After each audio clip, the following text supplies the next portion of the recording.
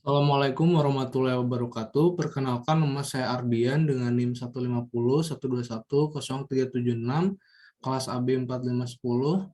Yang terhormat Bapak Dr. Agung Augistrianto, SEMBS, selaku dosen pembimbing, dan teman-teman sekalian. Di sini saya akan menjelaskan materi mengenai governance and international relation guna memenuhi tugas besar mata kuliah tata kelola perusahaan.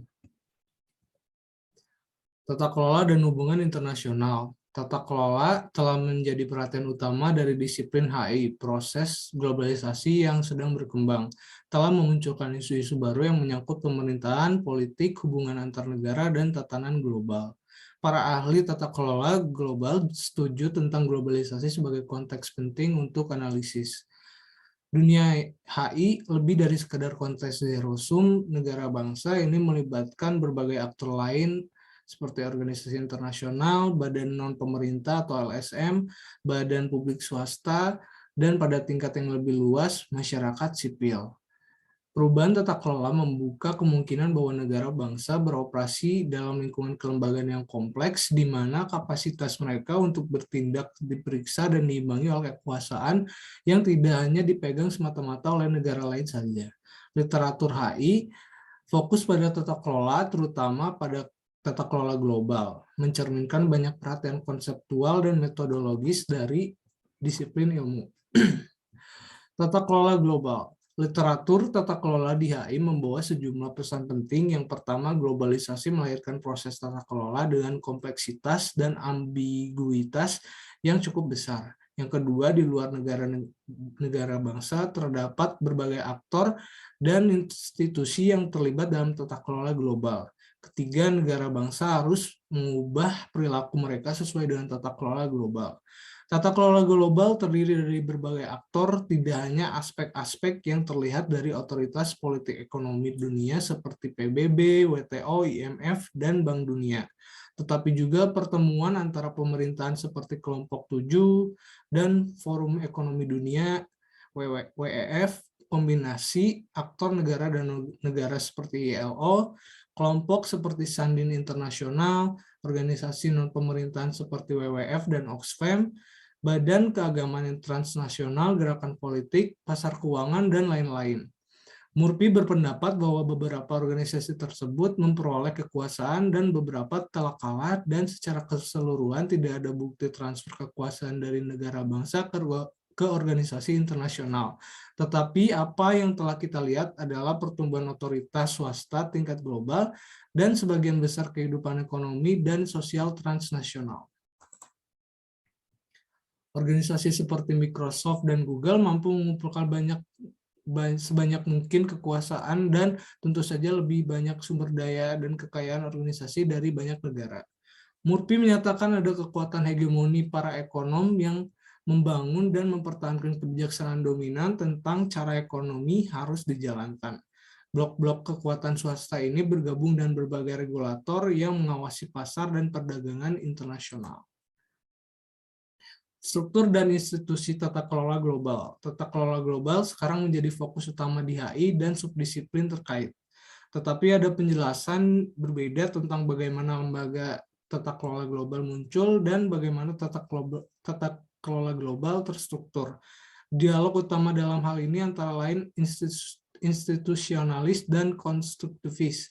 Perspektif institusionalis memandang perilaku manusia sebagai rasional dan atau didorong oleh konsekuensi. Sebaliknya, perspektif konstruktivis mengambil pandangan bahwa tindakan dan tantangan dominan adalah untuk memahami perspektif dan interpretasi yang berbeda yang berperan dalam pertukaran antar aktor.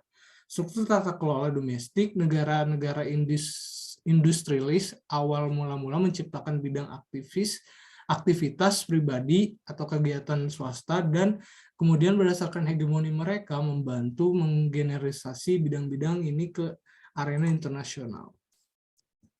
Memahami hubungan kekuasaan. Terdapat 3 isu utama tentang hubungan kekuasaan dalam literatur HI, yaitu kedudukan kekuasaan negara dalam konteks globalisasi dan tata kelola global, keadilan arsitektur tata kelola global, dan hegemoni ideologi neoliberalisme atas globalisasi.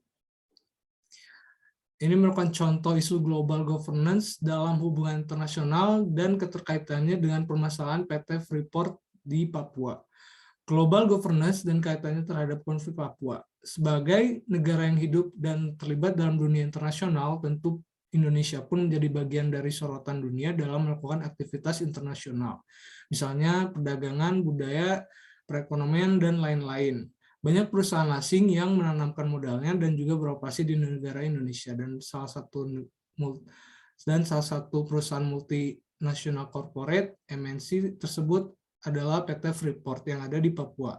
Sebagai perusahaan penghasil emas dan tembaga terbesar di dunia, tentu PT Freeport dan juga Papua menjadi sorotan dari dunia internasional. Migrasi karyawan dari luar negeri serta aktivitas perdagangan hasil pengembangan dunia dari PT Freeport ini tentu melibatkan banyak negara di dunia internasional. Maka implikasi dari adanya fenomena global governance terhadap masalah di Papua adalah bahwa pemerintah Indonesia haruslah waspada dalam banyaknya aktor internasional yang dengan bebas dapat memasuki wilayah Papua. Adanya konflik pertumbuhan darah di sana dan juga kesenjangan kesejahteraan sampai pada kemiskinan akan menjadi sorotan daripada organisasi-organisasi yang bergerak di dunia internasional di bidang HAM, sebut saja seperti Dewan HAM PBB, Human Rights Watch yang bertugas menerbitkan berbagai laporan pelanggaran HAM sedunia dengan tujuan untuk menarik perhatian internasional dan memberikan tekanan pada negara atau organisasi internasional untuk menyelesaikan konflik tersebut.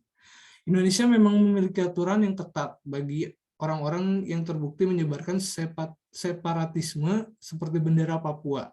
Para pelaku dapat dihukum 20 tahun penjara berdasarkan data Human Rights Watch.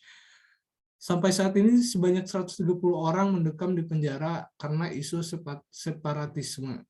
Jika pemerintahan tidak segera mengambil kebijakan yang tepat dalam mengatasi konflik yang ada di Papua, maka dengan cepat nantinya akan ada banyak tekanan dari berbagai pihak yang memperhatikan kondisi Papua.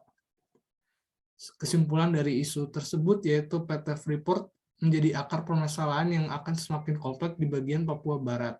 PT Freeport ini memang sangat memiliki potensi yang luar biasa bagi Indonesia karena selain dapat mensejahterakan rakyat Indonesia, dengan penghasilannya yang berlimpah juga dapat menjadi kekuatan baru negara Indonesianya dalam hubungan internasional di mata dunia. Sebab potensi yang ada bukan hanya emas atau tembaga namun juga perak, dan itu dalam skala yang sangat besar.